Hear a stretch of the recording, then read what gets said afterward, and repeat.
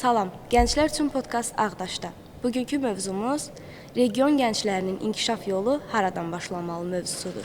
Bugünkü qonağımız Ağdaş Dövlət Humanitar Kollecinin Tərbiyə İşləri üzrə direktor müavini Elza İskəndərlidir. Xoş gəlmisiniz Elza xanım. Xoş gördük. İlk öncə siz özünüzü təqdim eləyin və biz sizi tanıyaq. Mən də sizi salamlayıram və ayrıca dəvətiniz üçün sizə öz təşəkkürümü bildirirəm. Elza İskəndərli, Ağdaş Dövlət Humanitar Kollecinin Tərbiyə İşləri üzrə direktor müavini vəzifəsində çalışıram hal-hazırda və eyni zamanda da Mingəçevir Dövlət Universitetində də müəllim kimi fəaliyyət göstərirəm. Bundan öncə bakalavr təhsilimi Azərbaycan Dövlət Pedaqoji Universitetində almışam 2011-2015-ci illər ərzində. Daha sonra isə magistr təhsilimi ADA Universitetində rektorun fəxri mükafatı, akademik göstəricilərimə görə rektorun fəxri mükafatı sertifikatı ilə tamamlamışam. İndi isə suallarımıza keçid alaq. İlk sualım ondan ibarətdir ki, sizcə region gənclərinin inkişafında ilk addım nə olmalıdır? Təhsil, özünü dərk, yoxsa təşəbbüskarlıq? Sualınız maraqlı sualdır. Söhbət gənclərin inkişafından gedir, xüsusilə də region gənclərinin inkişafından gedir. Biz bilirik ki, regionlarda gənclərin inkişafına, onların inkişaf etdirilməsinə və sosial dəstəyə daha çox ehtiyac var. Sualınızı belə cavablandırmaq istərdim. Burada qeyd etmək istərdim ki, ilk öncə özünü dərk prosesi birinci addımda dayanır. Niyə birinci addımda dayanır? Ona görə ki, bir gənc ilk öncə öz hədəflərini müəyyən etməlidir, məqsədlərini müəyyənləşdirməlidir. Yəni, mən nə istəyirəm? Mən gələcəkdə hansı fəaliyyətlərə yönəlmək istəyirəm? Özünü dərk etməlidir. Özünü dərk etməyən gənc istər təhsil sahəsində, istər təşəbbüskarlıqda uğurlu addımlar ata bilməz. Yəni, o uğurlu ola bilməz. O ilk öncə özünü dərk etməlidir, öz mənini anlamalıdır. Ondan sonraki növbəti ikinci addım gəlir artıq təhsil prosesi. Yəni, özünü dərk edən gənc, öz hədəflərini, məqsədlərini müəyyənləşdirən gənc artıq təhsilə yönəlir və təhsildə qazandığı bilikləri, bacarıqları artıq belə deyək, təkmilləşdirməyə başlayır. Və növbəti addım, yəni üçüncü addım isə təbii ki, təşəbbüskarlıqdır. Yəni özünü dərk edən və təhsil alan, bu ikisi birləşən gənc artıq təşəbbüskarlıq göstərməlidir. Yəni, o müəyyən etdiyi hədəfləri, məqsədləri həyata keçirməlidir. Müxtəlif layihələrdə, startap layihələr olsun, könüllülük layihələri olsun, müxtəlif sosial-iqtisadi bacarıqlarını inkişaf etdirmək üçün artıq təşəbbüskarlıq göstərməlidir.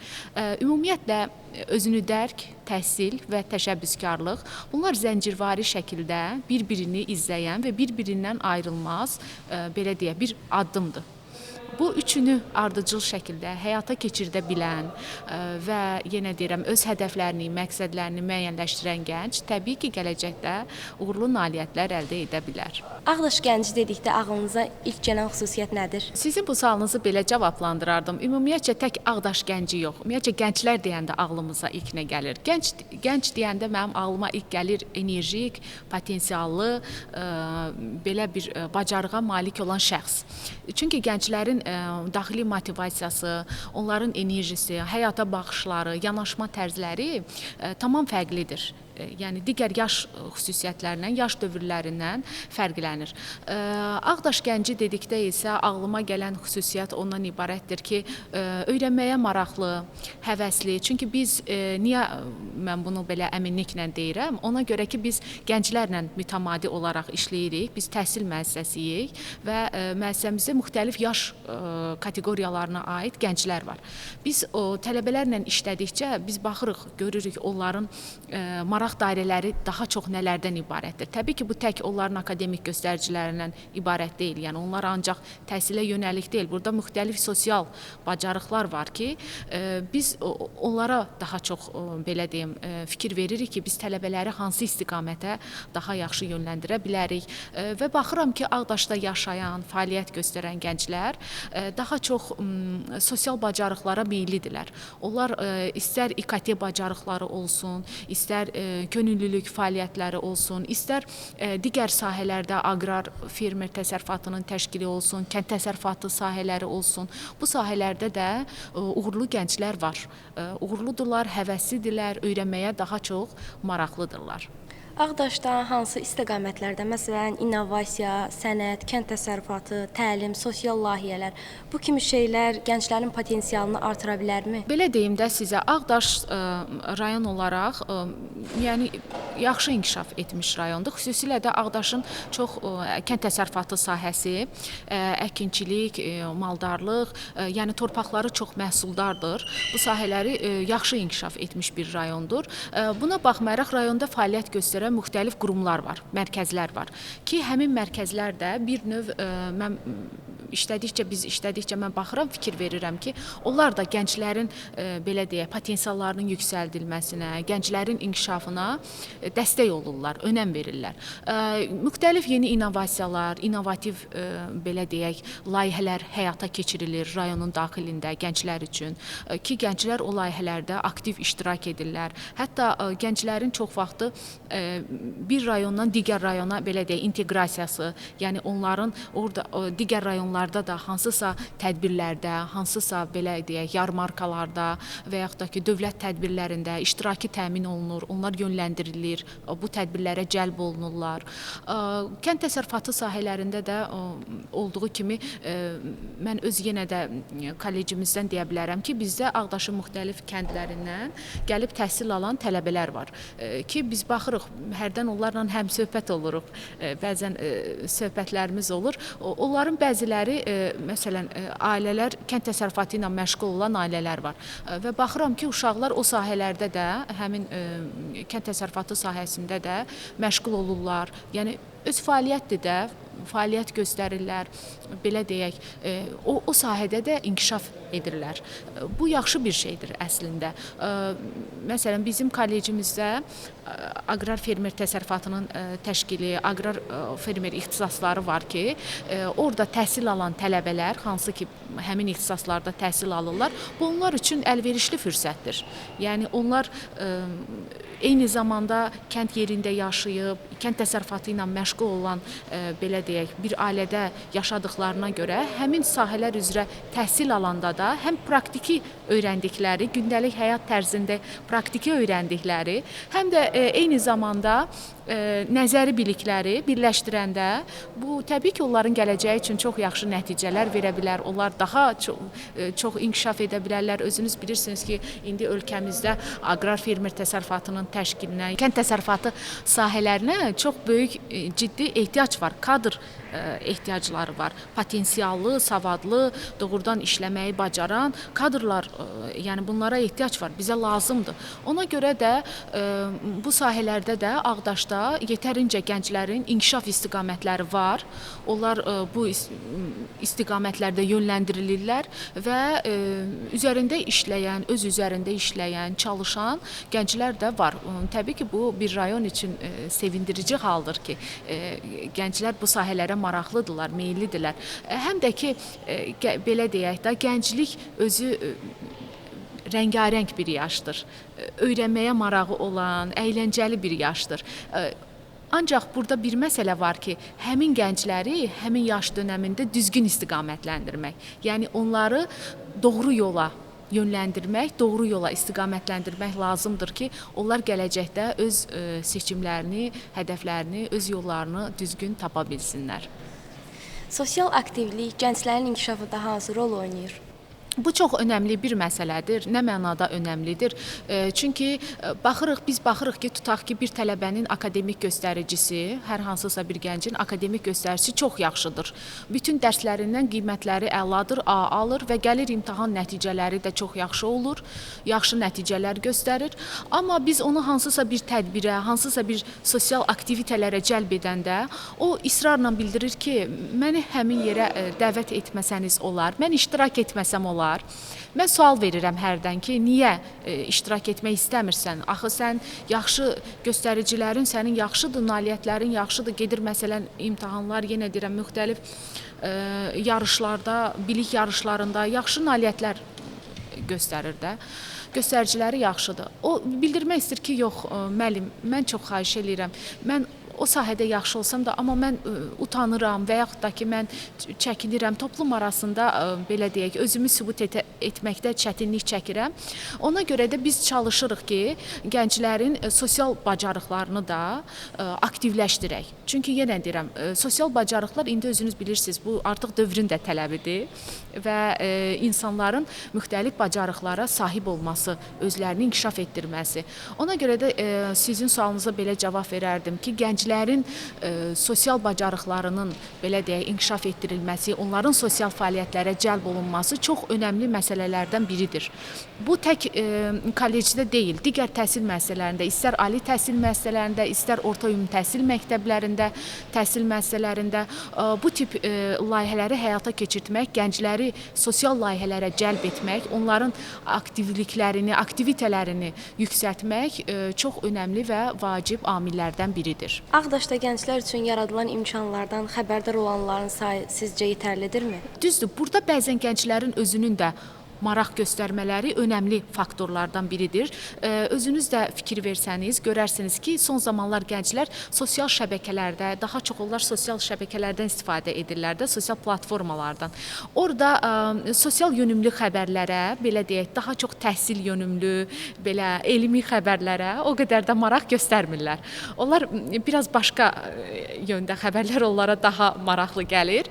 Amma bunun üçün də mən elə düşünürəm ki, sosial şəbəkələrdə də, sosial platformalarda da bunların sayını çoxaltmaq lazımdır. Məlumatlılıq bazasının az olması, məsələn, region gənclərinin, Ağdaş gənclərinin inkişafını siz nəzərdə tutdunuz. Məlumatlıq bazasının az olması. Tutaq ki, bir elan paylaşılır, hər hansısa bir sahəyə aid bir vakansiya elanı və yaxud da bir iş elanı, belə deyək. Amma bu paylaşılır həmin qurumun öz şəxsi portalında, şəxsi səhifəsində. Məsələn, gənc də o səhifəni izləmir, heç məlumatsızdır, xəbəri yoxdur. Bəs nə etməlidir? Hardan məlumat toplamalıdır? Yəni hardan məlumatlı olmalıdır ki, belə bir elan paylaşılıbdır. Ona görə də düşünürəm ki, sosial şəbəkələrdə, sosial platformalarda region gənclərinin inkişafı üçün bu tip məlumatları çoxaltmaq, onların sosial inkişafı üçün bu məlumatların sayını çoxaltmaq lazımdır. Yəni məlumatların sayını artırmaq lazımdır. Hər bir gəncin öz regionunda nümunə ola bilməsi üçün hansı kiçik addımlardan başlamaq lazımdır? Gənclər çox vaxtı belə düşünürlər, onlarda belə bir düşüncə formalaşır, təsəvvür yaranır ki, onlar elə bilirlər ki, ali təhsil müəssisəsini bitirən kimi və yaxud da magistratura pilləsini, təhsilin magistr pilləsini bitirən kimi və yaxud da orta ixtisas təhsil müəssisəsini bitirib diplom alan kimi elə bilirlər ki, onlar üçün çox yüksək maaşlı, hazır bir iş var, gedib həmin işə düzələcəklər və bununla da həyatlarında bir neçə levelu bir dəfəyə atlamış olacaqlar. Amma bu belə deyil. Təbii ki, bu belə deyil. İlk təhsilini başa vuran gənc başlamalıdır kiçik addımlardan. Yəni, o təbii ki, təhsil alan gəncin mütləq bir hədəfi var, məqsədləri var. Yəni, o ixtisasa yönəlibsə, o ixtisasda təhsil alırsa, mütləq onun bir hədəfi var. Və həmin hədəfləri də həyata keçirtmək lazımdır. Amma onlar başlamalıdırlar ilk öncə kiçik addımlarla. Necə ki, pilləkənin pillələri var. Pillə-pillə qalxırsan, sanki insan həyatı o pillələrə bənzəyir də. Biz başlayırıq o pillələri yavaş-yavaş addımlamağa ki, ta insan ömrünün sonuna qədər. Gəncliyin də o dönəmləri o formadadır. Onlar o pillələri səbirlə addımlamalıdırlar. Və hardasa mənfi bir halla qarşılaşdıqda, hansısa bir uğursuzluq əldə etdikdə, hansısa bir uğursuzluğa düçar olduqda tez motivasiyadan düşməməlidirlər. Düşünməməlidirlər ki, bu məndə alınmadı. Çəkilib kənarda durmaq. Əksinə, o pilləni bir də qalxmağa cəhd göstərmək lazımdır. O addımı bir daha atmaq lazımdır ki, irəli getsinlər. Yəni, onlar başlamalıdırlar. Tutaq ki, belə deyək, bələdiyyə işi ixtisasını qutaran bir tələbə getməlidir hansısa bir müəssisədə, yavaş-yavaş təcrübə keçməlidir. Özü üçün ilk öncə praktika toplamalıdır. Yəni, təcrübə çox önəmlidir. Nəzəriyyə lazımdır, nəzəriyyə öyrənilməlidir. Amma təcrübə onu formalaşdırır. Yəni, insan nəzəriyyədən öyrəndiklərini harda tətbiq edir? Təbii ki, təcrübə zamanı tətbiq edir. Ona görə o praktika toplamalıdırlar onlar. Təcrübələr əldə etməlidirlər və yavaş-yavaş, etap-etap o mərhələləri atlatdıqca, yəni adladıqca onsuz da belə deyim, onların qarşısında yollar o istiqamətlər açılacaq. Onlar özləri düzgün istiqamətlənəcəklər. Məhz bu səbəbdən də gənclər başlamalıdırlar elə kiçik addımlardan. O kiçik addımlar müxtəlif, yenə deyirəm, lap tələbəlik dönəmindən olsun, tələbə gənclər təşkilatında üzv olmalıdırlar, həmkarlar təşkilatlarına yazılmalıdırlar. Müxtəlif belə deyək, tələblərinə uyğun konfranslarda iştirak etməlidirlər. Kiçik-kiçik tezislər, məqalələr yazmalıdırlar, prezentasiyalar hazırlamalıdırlar. Yəni belə biz az öncə nitqimdə mən səsləndirdim, biz dedik bu məqamları vurğuladıq. Sosial bacarıqlarda, sosial fəaliyyətlərdə aktiv iştirak etməlidirlər. Yəni nə qədər onların sosial fəaliyyətləri gənclik dönəmindən aktiv olarsa, onlar iş tapmaqda da, digər sahələrdə təcrübə toplamaqda da o qədər də çətinlik əldə etməyəcəklər. Bu onlar üçün çox asan, uğurlu və əldə olunan bir nəticə olacaq. Gənclər hansısa bir iş alınmayanda və onlarda uğursuzluq olanda onlar motivasiyadan düşməsinlər. Yenə də motivasiya ilə, yüksək templə yollarına davam etsinlər. Təhsil təcrübənizdən çıxış edərək hansı beynəlxalq yanaşmalar region gənclər üçün tətbiq oluna bilər? Belə deyim də sizə, son zamanlar ölkəmizdə müxtəlif təhsil sistemi inkişaf etmiş ölkələrin müxtəlif təhsil təcrübələri gətirilir və tətbiq olunur. Biz bunu görürük. Müxtəlif təhsil modellərindən istifadə olunur ki, bunların uğurlu alınanları çoxdur. Uğurlu alınır. Xüsusilə özəl təhsil məktəbləri deyək, özəl təhsil müəssisələrində deyək ki, bu daha belə deyək, qabarıq şəkildə tətbiq olunur və çox yaxşı da uğurlu da alınır, yaxşı nəticələri də verir. Ümumiyyətcə, hansısa bir ölkənin beynəlxalq təhsil modelini gətirib tətbiq etmədən öncə, istər region olsun, istər böyük şəhərlər olsun, fərq etməz. Tətbiq etmədən öncə onun həmin ölkənin milli mənəvi dəyərlərinə, milli təhsil sisteminə uyğunlaşdırılması önəmlidir. Yəni birinci o tutaq ki, Azərbaycanın milli təhsil sisteminə uyğunlaşdırılmalıdır. Biz götürüb Amerikanın, Finlandiyanın və yaxud da ki, Yaponiyanın təhsil sistemini birdən-birə olduğu kimi gətirib tətbiq edə bilmərik. Tətbiq etsək də istədiyimiz uğurlu nəticəni verə bilməz. Ona görə ki, o dillər fərqlidir, mədəniyyətlər fərqlidir, belə deyək, milli mənəvi dəyərlər, milli mentalitet tamamilə fərqlidir. Ona görə də biz öncə onu gətirməliyik, ölkəmizə əgər gətiririksə, onu öz milli təhsil sistemimizə uyğunlaşdırmalıyıq, ondan sonra tətbiqinə başlamalıyıq. Bildiyimiz kimi, gənclərin davranış və dəyərlərində sosial medianın təsiri artıb. Bəli. Bu dəyərlərə, bu dəyişikliklərə necə uyğunlaşılmalıdır? Bu biz istəsək də, istəməsək də bu formadadır. Adətən tarixən bu belə olub. Həmişə bir nəsil digər gələn nəsli bəyənməyib. Məsələn, bizim valideynlərimiz də bizə deyib ki, bizim vaxtımızda bu cür olub. Siz indiki gənclər beləsiniz. Biz gənc olanda bizə də deyilib. İndi biz baxırıq bizdən sonra gələn gənclərə, hərdən düşünürük ki, bax bizim vaxtımızda biz belə idik. İndi gənclər başqa cürdülər. Bizim kimi deyirlər də, bir növ belə istəyirik. Amma dövrün tələblərini durmadan inkişaf edən, istər texnoloji baxımından, istər informasiya baxımından durmadan çox sürətli şəkildə dünya inkişaf eləyir. Hətta bəzən biz düşünürük ki, onların sürətinə çatmaq olmur. Bugün hansısa bir yeni texnologiya, yeni bir icad ixtira olunur. Sabah ondan bir üst pillə daha sürətli şəkildə ixtira olunur və insanların istifadəsinə verilir. Sosial şəbəkələrin sayı, sosial platformaların sayı günü-gündən çoxalır və gənclərin də ən çox vaxt keçirdikləri, ən çox vaxtlarını belə deyək, həsr etdikləri yerlər sosial şəbəkələrdir. Çünki internet resursları çox əlçatandır, istər bu dəqiqə rayonlarda, bölgələrdə, istər şəhərlərdə, kənd yerlərində belə artıq internet resursları çox yaxşı təmin olunub, çox yaxşı əlçatandır. Məhz bu əlçatanlıq baxımından Onların sosial şəbəkələrə çıxışları çox rahatdır və hətta onlar sosial şəbəkədən istifadəni çox gözəl bilirlər. İndiki gənclər, hətta bəzən biz olur ki, mən özüm iş yerində də, bizim təhsil müəssisəsində də hər hansısa bir məsələ ilə bağlı, belə deyək də, IT məsələləri ilə bağlı nəsə bir problem olanda, biz onu həll edə bilməyəndə öz tələbələrimizə, öz gənclərimizə müraciət edirik. Bilirik ki, onlar bunu bacaracaqlar ki, onların içərisində bunu yaxşı bilən bacarıqlı gənclər də var.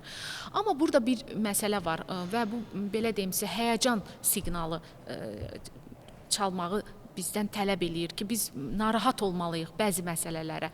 Süni intellekt bilirsiniz ki, çox geniş şəkildə tətbiq olunur və süni intellektin bütün sahələrdə tətbiqi günü-gündən də artır. Və son zamanlar mən hətta tələbələrlə söhbət eləyəndə, gənclərlə bəzən biz həm söhbət olanda elə hiss edirəm ki, qarşımda süni intellektlə danışıram. Onlar başlayıblar süni intellekt kimi danışmağa. Reaksiyaları artıq o cür olur. Bunların belə deyək, mənfi təsirləri var. Sosial şəbəkələrin, sosial platformaların müsbət tərəfləri ilə yanaşı, eyni zamanda mənfi təsirləri də var tələbələrə, gənclərə. Bunların qarşısının alınması üçün mütləq mütəmadi, belə deyək, istər təhsil müəssisələrində, istər ailələrdə, təbii ki, hər şey ilk öncə ailədən başlayır. Valideynlərin nəzarətindən başlayır. Valideynlər az yaşlardan hələ övladlarına güclü nəzarət bir mexanizmi yaratmalıdırlar, nəzarət sistemi qurmalıdırlar. Onları çox sıxmamaq şərti ilə, yormamaq, belə deyək, danlamamaq, bezdirməmək şərti ilə, amma eyni zamanda da düzgün istiqamətə yönləndirməklə bir nəzarət mexanizmi olmalıdır. Və gəlir təhsil müəssisələri. Təhsil müəssisələrində maarifləndirmə işləri çox güclü aparılmalıdır ki, uşaqlar, gənclər sosial şəbəkələrdən necə istifadə etsinlər. Hansı yöndə istifadə etsələr, bu onlar üçün faydalı ola bilər, zərərli olmaz. Faydalı tərəfləri daha çox olar, nəinki zərərli tərəfləri. Biz bu yaxınlarda öz təhsil müəssisəmizdə, kollecimizdə böyük 150-dən çox valideynin iştirakı ilə böyük bir seminar təşkil elədik. Və seminardakı spikerlərdən biri də mən idim. Mənim mövzum, elə bax, mövzumun istiqamətlərindən biri də bu idi. Sosial şəbəkələrin gənclərə mənfi təsirləri ki, bu onlarda aqressiya yaradır, yuxusuzluq, aclıq kimi, hətta bəzən biz baxırıq sosial şəbəkədən çox istifadə edən, gündəlik telefondan həddindən çox istifadə edən gəncdə başlayır iştahsızlıq kimi problemlər, özünə qapanma, depressiya halları, depressiv hallar başlayır. Yəni görürük ki, mənfi təsirlər biraz daha çoxdur. Bunun qarşısının alınması üçün maarifləndirmə işləri aparmaq lazımdır. Necə ki, biz valideynləri yığdıq, bizim 1-2 sahada yaxın seminarımız oldu, amma düşünürəm ki, bu çox maraqlı idi. Xüsusilə də region yerində, hansısa bir regionda bu tip seminarın aparılması valideynlər üçün çox maraqlı idi. Onlar özləri də seminardan ayrılanda bizə bildirdilər ki, biz sizdən xahiş edirik ki, bu tip layihələriniz davamlı olsun. Yəni bir daha olsun ki, bizləri dəvət edin, biz gələk, iştirak eləyək. Onların qarşısına bəzi suallar qoyuldu valideynlərin və onların qarşısına bəzi məsələlər qoyuldu ki, siz gedin, düşünün, görün siz harda yanlış edirsiniz. Harda gənclərin inkişafı üçün yanlış addımlar atırsınız ki, onların qarşısını alaq. Çünki bu ölkənin gələcəyi, bu ölkənin gələcəyinin təminatçısı bizim gənclərimizdir. Onların yaxşı inkişafı, onların yaxşı yönləndirilməsi, düzgün inkişaf etdirilməsi eyni zamanda ölkəmizin gələcək inkişafı deməkdir. Cənab Prezident İlham Əliyevin əsas siyasətinin əsas prioritet istiqamətlərindən biri də gənclərlə işin qurulmasıdır. Bilirsiniz, Gənclər və İdman Nazirliyinin dəstəyi ilə müxtəlif regionlarda, bölgələrdə, xüsusilə də regionlarda bu sahələrə maraq çoxalıb, artıb. Çünki gənclər bir ölkənin gələcəyinin təminatçısıdır. Onları təhsil sahəsində, digər sosial sahələrdə, müxtəlif sahələrdə düzgün yönləndirmək lazımdır. Düzgün, belə deyək, inkişaf etdirmək, formalaşdırmaq lazımdır və bunlardan biri də hal-hazırda yenə deyirəm, bizdə bir həyəcan yaratmalıdır, bizdə bir narahatlıq yaratmalıdır. Sosial şəbəkələrdən istifadənin onlara düzgün aşılanması, öyrədilməsi və onların düzgün maarifləndirilməsidir. Lider kimi siz gənclərə ən çox hansı dəyərlər ötürməyə çalışırsınız? Lider kimi deyəndə mən belə deyim də, bilmirəm mən özümü lider görə bilərəm ya yox. Çünki liderlik özü də bir ağır məsuliyyətdir. Liderlik özü də bir missiyadır. Onu həyata keçirtmək, yerinə yetirmək bu bir ağır yenə deyirəm məsuliyyətdir. Amma 10 ilə yaxındır ki, pedaqoji sahədə çalışıram, gənclərlə, tələbələrlə işləyirəm, onlarla hər gün ünsiyyətdəyəm. Hər gün biz mütəmadi müxtəlif mövzularda onlarla ünsiyyətimiz olur. Onlara tövsiyə edərdim ki, onlar hədəflərini özləri üçün müəyyənləşdirdikləri, qarşılarına qoyduqları hədəflərdən, məqsədlərdən heç vaxt vaz keçməsinlər, heç vaxt imtina etməsinlər. Heç bir qarşılarına çıxan maneə, çətinlik, onlar üçün yaranan hər hansısa bir çətinlik onları ruhdan salmasın, motivasiyadan salmasın. Mütləq öz üzərlərində daim çalışsınlar. İnsan öz üzərində çalışdıqca inkişaf edən bir varlıqdır. İnsan düşündükcə inkişaf edən bir varlıqdır. Ona görə də daim öz üzərlərində çalışsınlar, düşünsünlər, baxsınlar nə onlar üçün faydalı ola bilər, baxsınlar onların gördükləri hansı faydalı iş ölkəmiz üçün, xalqımız, millətimiz üçün gələcəkdə faydalı ola bilər. Doğrudan öz ölkəsinə, xalqına həqiqətən bir vətəndaş kimi ləyaqətlə xidmət etmək missiyasını, amalını qarşılarına məqsədi qoysunlar ki, onlar doğrudan bu ölkənin gələcəyini təminatçısı kimi, bu ölkənin gələcəyini quracaqlar, qura biləcəklər, yarada biləcəklər, inkişafına dəstək ola biləcəklər.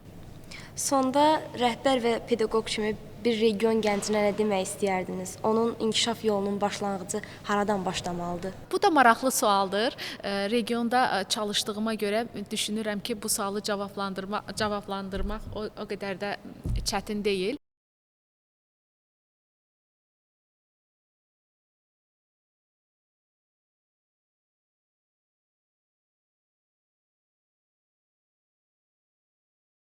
Daim axtarışda olsunlar. Yəni o regionlarda fəaliyyət göstərən müxtəlif müəssisələrlə daim kontaktda olsunlar. Özləri maraqlansınlar. Özləri istər bu sosial platformalar üzərindən də ola bilər, sosial şəbəkələr üzərindən də ola bilər. Hansısa bir mərkəzin sosial şəbəkə hesabına girsinlər, izləsinlər. Daim yəni bir növ özləri axtarışda olmalıdırlar. Bilirsiniz Teli xanım, əgər bir insanın özünün öyrənmək marağı olmasa, bir insanın özünün inkişaf etmək marağı olmasa, biz onu neynəsək də, hansı layihələrə, hansı sosial aktivitələrə cəlb etmək istəsək də, o qədər də uğurlu nəticə verməyəcək. Yəni insanın özünün ilk öncə öyrənməyə marağı olmalıdır. Həvəsi olmalıdır. Bax, mən region gənclərinə tövsiyə edirəm ki, bir müəllim kimi, bir pedaqoq kimi onu tövsiyə edirəm ki, daim öyrənməyə maraqlı olsunlar. Öyrənməkdən heç vaxt çəkinməsinlər. Hətta mən bu yaşımda hərdən düşünürəm ki, mən balaca bir uşaqdan, az yaşlı bir uşaqdan belə nəsə öyrənə bilirəm. Onun hansısa bir sözündən və yaxud da ki, hansısa bir yanaşmasından belə nəsə öyrənə bilirəm. Öyrənmək heç vaxt gec deyil. Öyrənmək, təhsil və öyrənmək heç vaxt gec deyil. Amma yenə də müəyyən bir yaş mərhələsi var da, düzdür? O yaş mərhələsini keçəndən sonra bəzən insanın bəzi şeylərə marağı olmaya bilir. Əvvəlki o gəncliyin verdiyi enerjinin, gəncliyin verdiyi motivasiyanın, o rəngarəngliyin, o həvəsin olmadığı yaş dönəmləri ola bilir. Bax, ona görə də gəncliyin həmin o enerjisindən, gəncliyin verdiyi həmin o motivasiyadan yaxşı mənada düzgün istifadə etsinlər, araşdırsınlar, öyrənsinlər, öz üzərlərində mütəmadi olaraq çalışsınlar, regionların inkişafına, fəaliyyətinə də dəstək olsunlar. Əgər bir regionda potensiallı, yaxşı belə deyək, bir gənc varsa, doğrudan da yaxşı bir kadr kimi yetişibsə o gənc, sizi əmin edim ki, regionda fəaliyyət göstərən müəssisələr o gəncləri əl-əl axtarırlar. Onlar da həmin potensiallı gənclə işləməyə maraqlıdırlar. Onların da maraq dairəsindədir ki, niyə kənardan, məsələn, hansısa başqa bir regiondan və yaxud başqa bir şəhərdən və yaxud başqa bir ölkədən ixtisaslı kadr gətirsin. Elə öz rayonunun potensiallı gənci ilə əl-elə verib işləyib daha çox inkişaf edə bilərlər də, düz deyil.